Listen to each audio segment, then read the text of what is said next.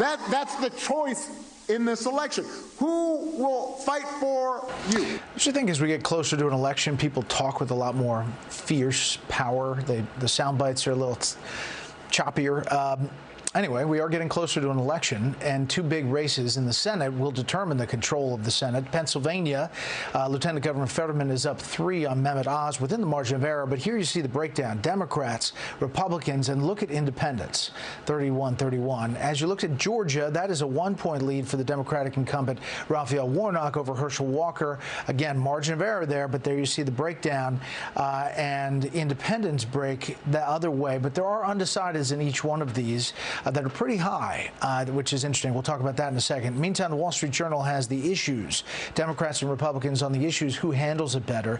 And there you see Republicans up on the economy, inflation big, crime, abortion, the Democrats, education, Democrats, border, a big lopsided number for Republicans. Let's bring in our panel.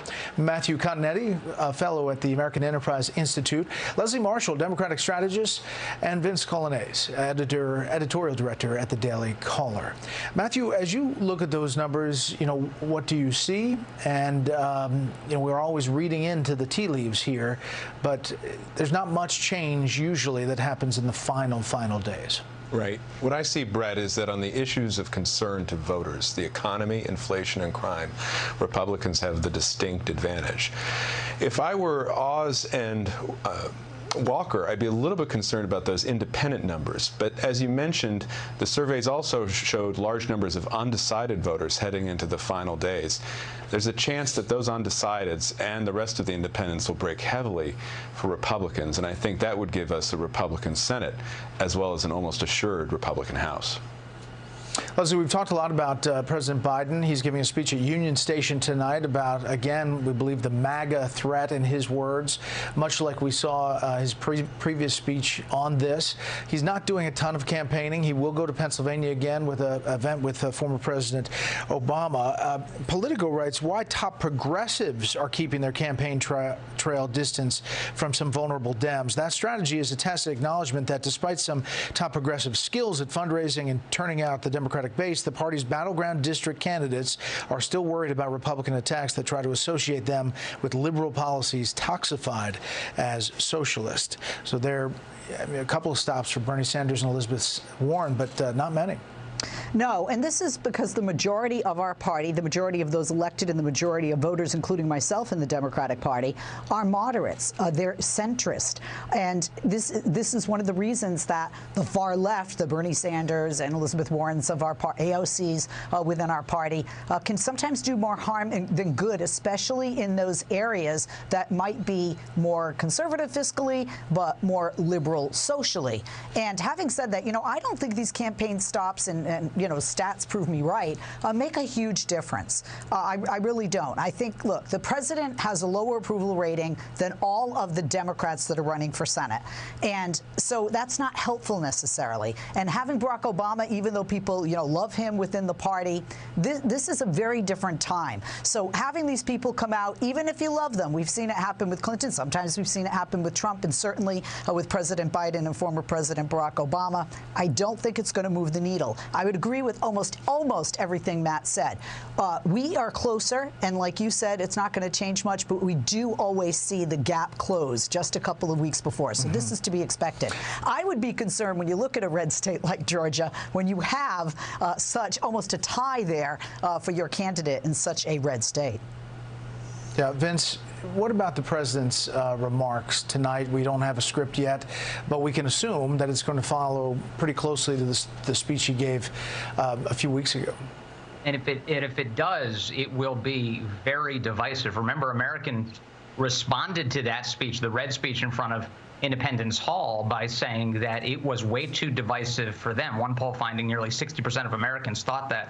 This is at least the third iteration in my mind of a speech like this that he's probably given this year. Remember, he gives the one in front of Independence Hall in January of this year. He went to Georgia, and he said that Republicans were bringing about Jim Crow 2.0, and that they were very much like Bull Connor or Jefferson Davis. And of course, as we've seen these votes come in Georgia, there is no truth to that. It was a vicious slander that he had thrown at his political opponents. And I think what we will hear tonight is an effort to link the attack on Paul Pelosi to the Republican Party broadly. That attack, by my assessment, will be completely unfair. We're looking at a very mentally ill person, we believe, who attacked Paul Pelosi. A guy tried to buy ferry houses on Etsy, the Washington Post reported, but he said that ferries couldn't live in them because the doors were painted the wrong colors. This is nuts.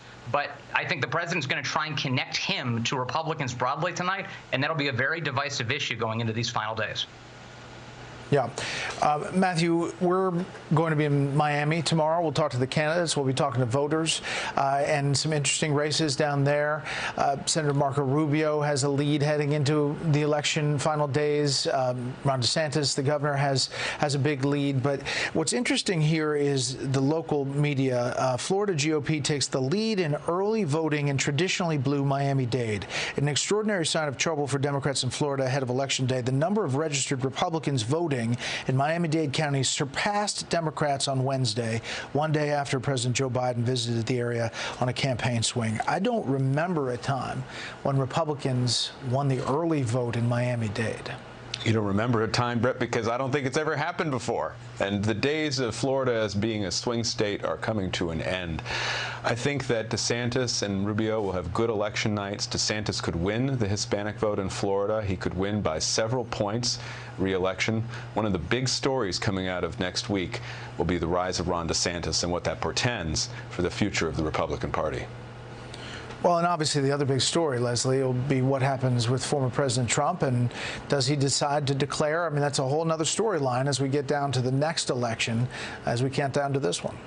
Yeah, and most definitely. And in Republican-red Florida, which I think it is, look, it concerns me as a Democrat when I see numbers among Latinos, even though Cubans, who are the majority of the Latin population in Miami-Dade, historically have voted Republican. I'm surprised by these numbers for a couple of reasons. One, you have a lot of a very large senior population in Miami-Dade, and of course there are those seniors that are fearful that Republicans will take a hatchet to Medicare and to Social Security, and there are just younger voters. But as a Democrat, sadly, I look at the numbers in my own party, Brett, and we just don't come out in the midterm. So I'm not surprised to see Republicans coming out more than Democrats, even in Miami-Dade. I am surprised when we're seeing some of the numbers we're seeing out of Miami-Dade, especially among Latinos, non-Cuban Latinos in Miami-Dade. And Vince, last word, that there is a lot of talk about now in the final days from Democrats, Social Security and Medicare. It comes up really every election. There is never some hatchet job to Social Security and Medicare in any Republican plan, nor did most Republicans talk about it, despite Rick Scott putting out a plan that mentioned that as one of the items of dealing with the big picture. It's a desperate talking point, truly, that Democrats are attempting to wield right now because they have nothing else to cling to. In fact, think about the last 24 hours. The White House put out a tweet suggesting that it was great. It was leadership on the part of Joe Biden that Social Security payments have risen more than they have in an entire decade. The reason for that, the law. Inflation is out of control. So, of course, the Social Security payments have to go to keep up. The White House has taken that tweet down after it caught a bunch of flack for that kind of statement. All right, panel, thank you so much. As we said, the countdown is on. We appreciate it.